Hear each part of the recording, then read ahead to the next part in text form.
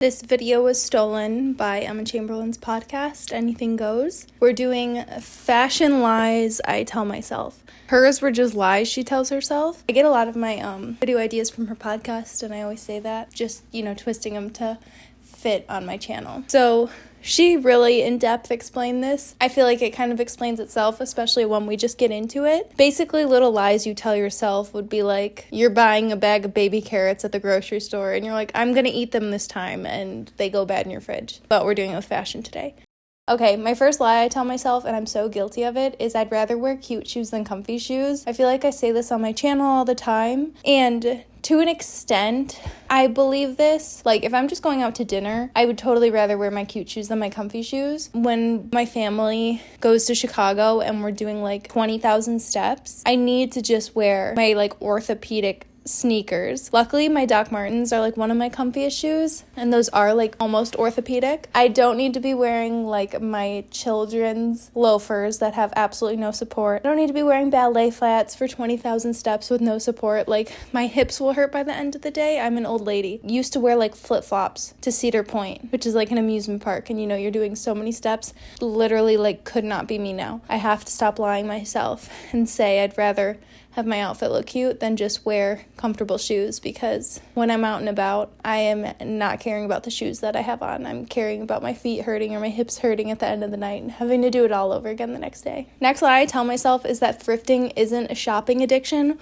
or just a problem. I probably end up at the thrift store like every other week, and I don't always film it, but especially now, knowing there's another baby coming, he will be like completely flipped timeline of what Lucy was. Lucy was born in November, and this baby will be born in the spring. So the small clothes that Lou had on is like winter, dead winter. This baby needs spring and summer clothes. And I know this baby's a boy and Lucy was a girl. If you think I'm not gonna put this boy in a pink onesie that he won't be able to see until he's like 6 months old, you're crazy. Off track. I end up at the thrift so much because I'm like, well, I'll go and look, and I can slowly curate this closet for my new baby. But then I'm at the thrift like once every other week, and I'm buying something once every other week, and it's not always just for the new baby. Sometimes it's stuff for Lucy, sometimes it's stuff for the house. Rarely is it clothes for me. I really save that for like thrift with me's. I would never go to like TJ Maxx every other week and buy something there, or Target, or like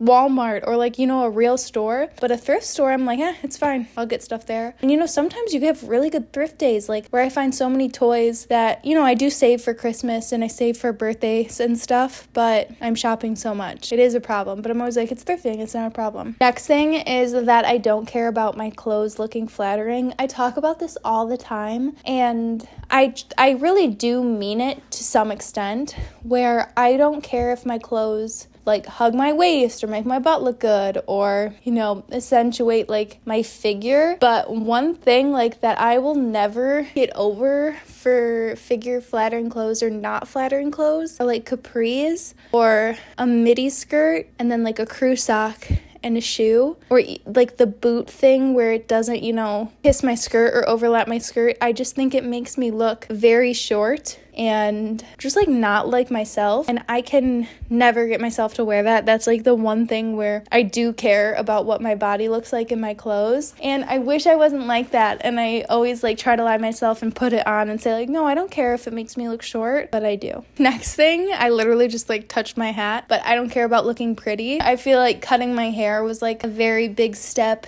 in this direction of like, I don't need to look pretty all the time. I don't need to look, even like feminine or whatever. And like wearing this hat, one time I wore this hat out to a restaurant, and the bartender like would not stop making fun of me, and now like I cannot wear this hat. And even having it on right now, I'm like, I literally look so ugly in this hat, but I had to wear it for the sake of this video. And like myself in the viewfinder right now, I'm looking at myself, I'm like but I wish I didn't care about looking pretty. And even like my glasses, I always talk about this, but they make my eyes shrink a lot, and it's so hard for me to wear them because I think I don't look pretty in them. And I'm like, oh my god, I still care about looking pretty. Like, it's 2025. Please get over it. And even like growing my hair out now, I'm like, is it because I don't feel pretty with like a pixie? I don't know. That's like a big one. I guess I lie to myself. Next one is that Pinterest does not make me shop like Instagram Reels or TikTok. I am such a big fat liar when it it comes to Pinterest. I think Pinterest makes me shop more than TikTok Reels,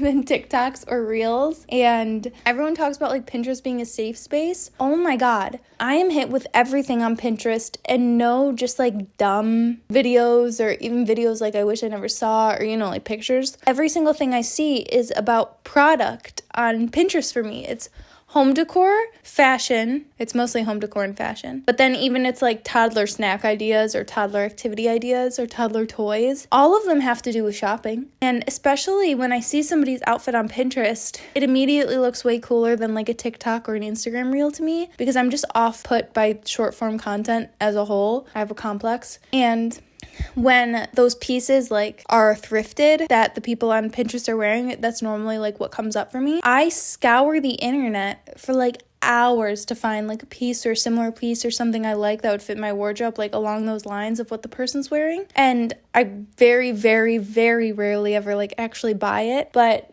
I'm like, what did I just do for 6 hours of my life, like before bed on eBay, like searching every term that I could ever think would fall under this category? It's absolutely insanity. And then with like home decor, I'm like, oh my God, that would fix my house so much. And it's like curtains. That's like $300 if I want to do it. And I'm like, what am I doing? I don't need $300 worth of curtains in my daughter's playroom. It takes me so long to wake up from that. But it'll be like months that I'm like, yeah, I'm gonna put curtains in the playroom. I'm gonna put curtains in the playroom. Or I'm gonna get a new bedspread. I need a new bedspread. I want to paint my living room. I need to paint my living room. And then finally I'm like, ooh, I wake up. But Pinterest is like horrible for that for me. Next thing is I always lie and say I'm unaffected by negative comments about my appearance and about my outfits. When it's about like something dumb I said, I'm always affected by those because they do make me think. But if it's about, you know, something that doesn't matter what other people think, my outfits or my appearance, it really does affect me on YouTube and Instagram, honestly, because like my whole YouTube and Instagram is about like appearance, which, you know, is also so challenging mentally. But I like an outfit. If somebody says like these outfits were really ugly, I'll be like, yeah, they're right. I knew they were ugly the whole time. And I did like them at one point. And I'm like, why do I do that? Or it makes me really like second guess it. If I like love something so indefinitely, like nothing a person could say or do could change my mind, like a gray crew neck. If somebody said a gray crew neck was ugly or they hated the color gray, I'd be like, you're losing your mind. Like, that's like my cozy comfort color. I have to wear that all the time. But something like this hat, I'm going to get a comment and it's going to be like, that hat looks stupid. I'm going to be like, I know it looks stupid. And I'll never wear it again. Okay, last one is about shoes again. But I always lie to myself and say my shoes aren't too small. When I was like hardcore vegan, I had bought like the Jade and Platform Doc Martens on Depop because I didn't want to buy them from like Doc Martens because they're real leather. And I just didn't want to get the vegan leather ones. But they were an 8. And I'm like a 9 now after pregnancy and stuff. They were an 8 and I was probably an 8.5, almost a 9 back then. And I would wear these shoes and they would hurt so bad, and I would still wear them all the time. And I had like ankle problems from wearing these shoes, and I didn't just like resell them and, you know, find a new size online because they don't have 8.5, don't have half sizes in Doc Martens, and like I should have. And I was just like, nah, they're not too small, they'll stretch. A full size they're gonna stretch, girl. Yeah. And I do that all the time with like thrifting shoes and secondhand shoes. It's really hard for me to listen to a shoe size. If it's like a 7 and I'm a 9, I will literally shove my foot into it and be like, it's fine. I don't believe in shoe sizes, and I need to. I'm lying to myself saying that they don't matter. But that's it for this video. I hope you guys enjoyed it. Again, totally copied from Emma Chamberlain's podcast, but that's it. I love you guys. Have so much. I'll see you in a few days. Bye.